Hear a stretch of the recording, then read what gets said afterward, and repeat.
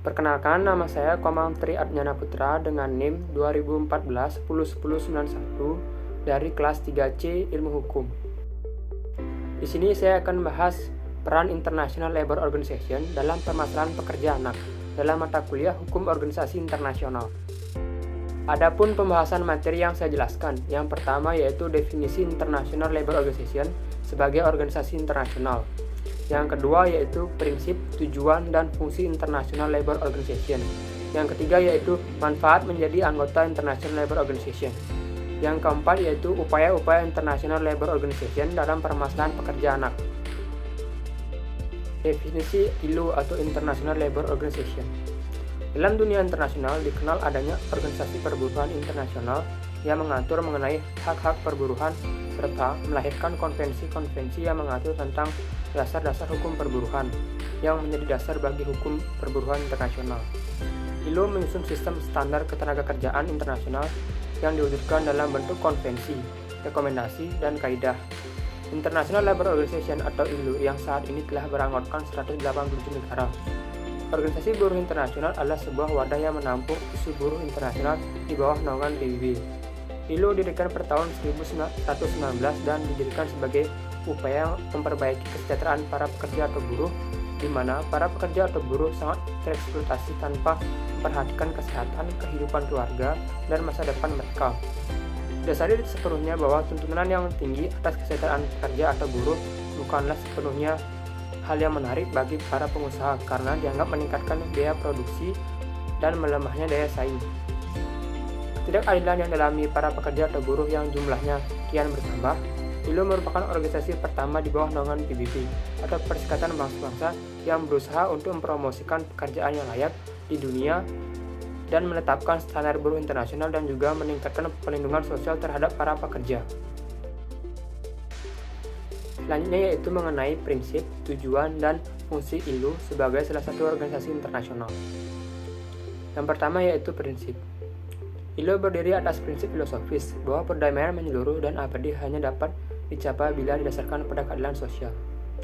Unsur penting dalam keadilan sosial antara lain penghargaan atas hak asasi manusia, standar hidup, kondisi kerja yang manusiawi, kesempatan kerja, dan keamanan ekonomi.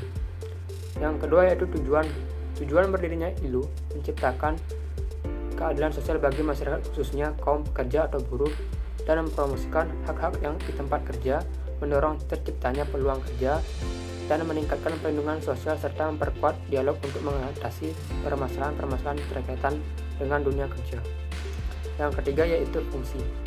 Fungsi ILO di samping sebagai pembuat standar perburuhan internasional juga melaksanakan program operasional dan pelatihan-pelatihan perburuhan. Sasaran kegiatan ILO diarahkan pada terciptanya keadilan dan hak asasi manusia pekerja atau buruh, perbaikan kondisi kehidupan dan pekerja serta meningkatkan kesempatan kerja. Bahasan selanjutnya yaitu manfaat yang diperoleh menjadi anggota ILO. Dalam hal ini sebagai anggota ILO memiliki manfaat yang sangat berpengaruh dalam suatu negara. Manfaat yang pertama yaitu meningkatkan wawasan di bidang ketenagakerjaan. Yang kedua yaitu memperluas akses dalam kerjasama bilateral sesama anggota ILO. Yang ketiga yaitu mendapat bantuan kerjasama teknis. Yang keempat yaitu memperoleh pedoman standar ketenagakerjaan internasional. Yang kelima yaitu meningkatkan kualitas SDM. Salah satu tugas penting ILO adalah menyelenggarakan konferensi perburuhan internasional atau ILC. Konvensi ILO adalah perjanjian internasional yang dibuat untuk diratifikasi oleh negara-negara anggota untuk menjadi hukum positif. Konvensi ILO berpengaruh sebagai alat untuk mengikat negara anggota yang telah meratifikasi konvensi dengan tujuan agar kebijakan pengupahan setiap negara anggota diterapkan sesuai dengan standar ketenagakerjaan internasional. Dan ILO berupaya mengawasi penerapan standar ketenagakerjaan apabila ada pelanggaran terhadap konvensi dan rekomendasi yang telah diratifikasi oleh negara anggota. Untuk itu, tugas utama ILO adalah yang pertama yaitu terciptanya perlindungan hak-hak pekerja atau buruh. Yang kedua yaitu memperluas lapangan pekerjaan. Yang ketiga yaitu meningkatkan taraf kehidupan para pekerja atau buruh. Ketentuan-ketentuan ILO yang berkaitan dengan perlindungan tenaga kerja, sebagaimana yang diatur dalam berbagai konvensi itu, maka kewajiban pemerintah dalam suatu negara untuk mengimplementasikan ketentuan-ketentuan dalam perlindungan buruh atau pekerja, terutama pekerja anak. Pada prinsipnya, perlindungan buruh juga dilakukan baik dengan jalan memberikan tuntunan maupun dengan jalan meningkatkan pengakuan hak-hak asasi manusia, perlindungan fisik dan teknis, serta sosial dan ekonomi. Pembahasan selanjutnya yaitu upaya-upaya ILO dalam permasalahan pekerja anak. Kesejahteraan buruh saat ini masih menjadi pemberitaan publik, di mana masih sering terjadi penyimpangan dalam pelaksanaan hukum ketenagakerjaan. Kebijakan perburuhan yang dibentuk belum sepenuhnya berpihak pada buruh, seperti banyak terjadi sistem buruh kontrak dan upah yang murah. Belum lagi jika permasalahan buruh itu terjadi di negara berkembang, yang biasanya melibatkan anak-anak untuk menjadi tenaga kerja, di mana anak-anak diperjakan semena-mena atau bahkan diperdagangkan menjadi budak. Dalam hal ini, terdapat beberapa faktor yang menyebabkan permasalahan pekerja anak yang sulit ditanggulangi. Faktor tersebut umum terjadi pada pekerja anak menurut International Labour Organization, yakni kemiskinan, gagalnya sistem pendidikan, rendahnya upah bagi pekerja, perekonomian informal, adat dan sikap sosial, dan tidak ada organisasi pekerja. Dihadapkan kepada suatu pekerja yang berat dan mempunyai beban yang tidak ringan, mewajibkan meninggalkan sekolah belum pada waktunya, permasalahan buruk kerja pada anak dapat mengaruhi mental, psikis, moral, dan dapat merusak anak pada usianya.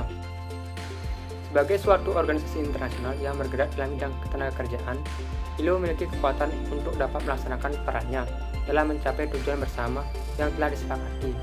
ILO memiliki pengalaman dalam memberikan masukan-masukan yang bermanfaat terhadap pelaksanaan upaya penghapusan dan pencegahan pekerja anak. Dalam hal ini, yang mendasari kerja-kerja International Labour Organization adalah pentingnya kerjasama antar pemerintah, organisasi pengusaha, dan organisasi serikat pekerja dalam membina kemajuan sosial dan ekonomi. Dalam hal ini, ILO terlibat dalam berbagai kegiatan.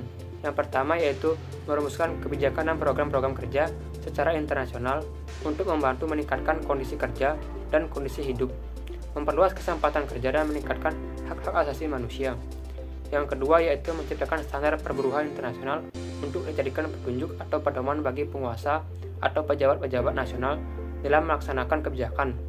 Yang ketiga yaitu memperluas program-program kerjasama teknik internasional untuk membantu pemerintah atau negara yang menjadi anggota, agar kebijakan tersebut dapat berjalan dengan efektif atau berhasil guna dalam pelaksanaannya. Yang keempat yaitu mengadakan latihan-latihan dan pendidikan, riset, dan penerbitan untuk membantu memajukan usaha-usaha tersebut. Dengan kegiatan yang dilakukan sebagai organisasi internasional yang memberikan sebuah acuan atau standar internasional untuk hak pekerja, diatur oleh Organisasi Perburuhan Internasional atau ILO, sebuah badan khusus PBB. Dalam hal ini, badan pengatur ILO menetapkan 8 konvensi dasar yang membahas kebebasan berserikat, perundingan bersama, upaya yang setara, non-diskriminasi, dan menghapus kerja paksa dan pekerja anak. Konvensi ILO non-fundamental lainnya mencakup masalah-masalah mulai dari upah, jam kerja, kesehatan kerja, hingga keselamatan, perlindungan untuk ibu hamil, dan jaminan sosial. Di Indonesia sendiri, dalam pasal 28D ayat 2 UUD 1945 menyatakan setiap orang berhak untuk bekerja serta mendapatkan imbalan dan perlakuan yang adil dan layak dalam hubungan bekerja. Sebagai salah satu organisasi internasional, ILO telah melakukan upaya-upaya dalam permasalahan pekerja anak, yaitu ILO membentuk program khusus dalam menanggulangi pekerja anak, yakni International Program on the Eliminating of Child Labor atau IPEC, yang merupakan program terbesar ILO di tingkat global. Dalam program ini mewujudkan berupa terhapusnya pekerja anak dengan memperkuat sebuah kapasitas nasional untuk mengatasi seluruh bentuk dalam bekerja anak dan menciptakan gerakan di seluruh dunia dalam memerangi fenomena-fenomena yang terjadi dalam pekerja anak. IPEC merupakan salah satu badan yang berkolaborasi dengan ILO dalam menerapkan strategi multisektoral yang bertahap dengan memotivasi berbagai aliansi dan mitra yang luas dengan mengakui serta menjadi pelopor dalam melawan pekerja anak. Tujuan pembentukan program IPEC adalah menanggulangi masalah pekerja anak di seluruh bidang, namun yang menjadi fokus utama dalam IPEC adalah menanggulangi terhadap bentuk-bentuk terburuk dari pekerjaan anak. Upaya IPEC dalam mencegah serta menarik pekerja anak melalui serangkaian aktivitas yang berbasis lapangan di masing-masing negara yang mengalami permasalahan terkait dengan pekerja anak. Aktivitas yang akan dijalani seperti program pendidikan kepada para pekerja anak, baik secara formal dan non-formal, penyuluhan kepada orang tua pekerja anak terkait isu yang ada, dan pelatihan-pelatihan pada keluarga sehingga mereka mampu mendapatkan pekerjaan yang lebih layak dan kesempatan yang membuka usaha. Selain hal tersebut, dalam rangka penghapusan dan pencegahan pekerja anak serta untuk mengurangi anak yang drop out dari sekolah, salah satu program atau proyek tersebut yaitu proyek Education and Skill Training for Youth Development atau IS yang dilakukan ILO bersama pemerintah Indonesia. Proyek IS ini memiliki strategi utama, yaitu memfasilitasi transisi dari sekolah ke tempat kerja. Strategi tersebut berdasarkan beberapa komponen yang berbeda namun saling berkaitan satu dengan lainnya, yaitu komponen kembali kegiatan sekolah untuk anak usia 15 tahun ke bawah. Lalu telah melakukan berbagai upaya melalui proyek tersebut. Upaya tersebut berbagi beberapa bagian. Yang pertama yaitu pengembangan kapasitas dan peningkatan kesadaran. Yang kedua itu identifikasi keselamatan dan kesehatan dipertamakan dengan informal. Yang ketiga itu membangun sistem rujukan bagi anak-anak yang terlibat dalam kondisi pekerja anak yang berbahaya. Yang keempat itu membangun kepercayaan dan perjanjian antar sekolah, penyediaan pendidikan non formal. Yang kelima yaitu meningkatkan kesadaran dan penyediaan dukungan pendidikan untuk melawan anggapan tradisional terkait isu gender. Yang keenam yaitu menyarankan penyediaan pelatihan non formal untuk menerapkan 3R, SCREAM, and buku pedoman pendidikan inklusif. Yang ketujuh itu pembentukan titik fokus dan peningkatan aksi konkret serikat pekerja. Yang kedelapan itu meningkatkan kesadaran.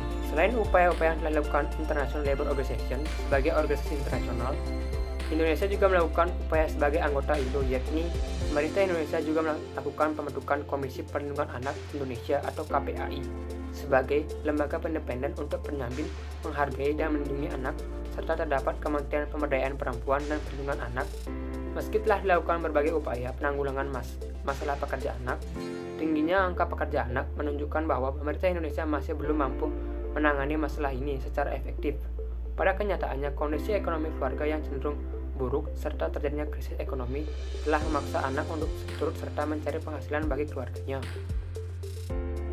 Dari pemaparan yang saya jelaskan mengenai peran International Labour Organization mengenai permasalahan pekerja anak, saya menyimpulkan bahwa International Labour Organization atau organisasi perburuhan internasional yang mengatur mengenai hak-hak perburuhan serta melahirkan konvensi-konvensi yang mengatur tentang dasar-dasar hukum perburuhan yang menjadi dasar bagi hukum perburuhan internasional. ILO terus berupaya mendorong terciptanya peluang bagi perempuan dan laki-laki untuk memperoleh kesetaraan pekerja yang layak, produktif secara bebas, adil, aman, dan bermartabat. Dalam hal ini, pekerja anak atau sebagai pekerja yang dilakukan oleh anak-anak yang memiliki usia di bawah minimum, pekerjaan tersebut sangatlah dilarang atau bisa dikatakan sebagai sifat atau kondisi yang sangat merugikan anak-anak. Anak-anak yang seharusnya dikategorikan sebagai anak yang menempuhi jalur pendidikan tersebut malah dijadikan objek pekerja di negara-negara berkembang. Hal ini yang mendasari kerja-kerja International Labour Organization adalah pentingnya kerjasama antar pemerintah, organisasi pengusaha, dan organisasi serikat pekerja dalam membina kemajuan sosial dan ekonomi. Sebagai salah satu organisasi internasional, salah satu yang penting menjalankan upaya ILO untuk mengembalikan hak anak-anak yakni pendidikan dan juga memberikan kesejahteraan dalam meningkatkan pertumbuhan ekonomi bagi masing-masing keluarga. Dalam hal ini, peran ILO atau International Labour Organization dalam permasalahan pekerja anak sangat berpengaruh besar karena ILO sebagai organisasi internasional cukup memainkan peran yang penting dalam menjalankan fungsinya dengan baik sesuai dengan tujuan pendirinya, yaitu badan global yang bertanggung jawab untuk menyusun dan menguasai standar-standar atau acuan dalam hal perburuhan atau ketenagakerjaan internasional, dan mempromosikan hak-hak di tempat kerja, mendorong terciptanya peluang kerja yang layak, meningkatkan perlindungan sosial, serta memperkuat dialog untuk mengatasi permasalahan-permasalahan yang terkait dengan dunia kerja.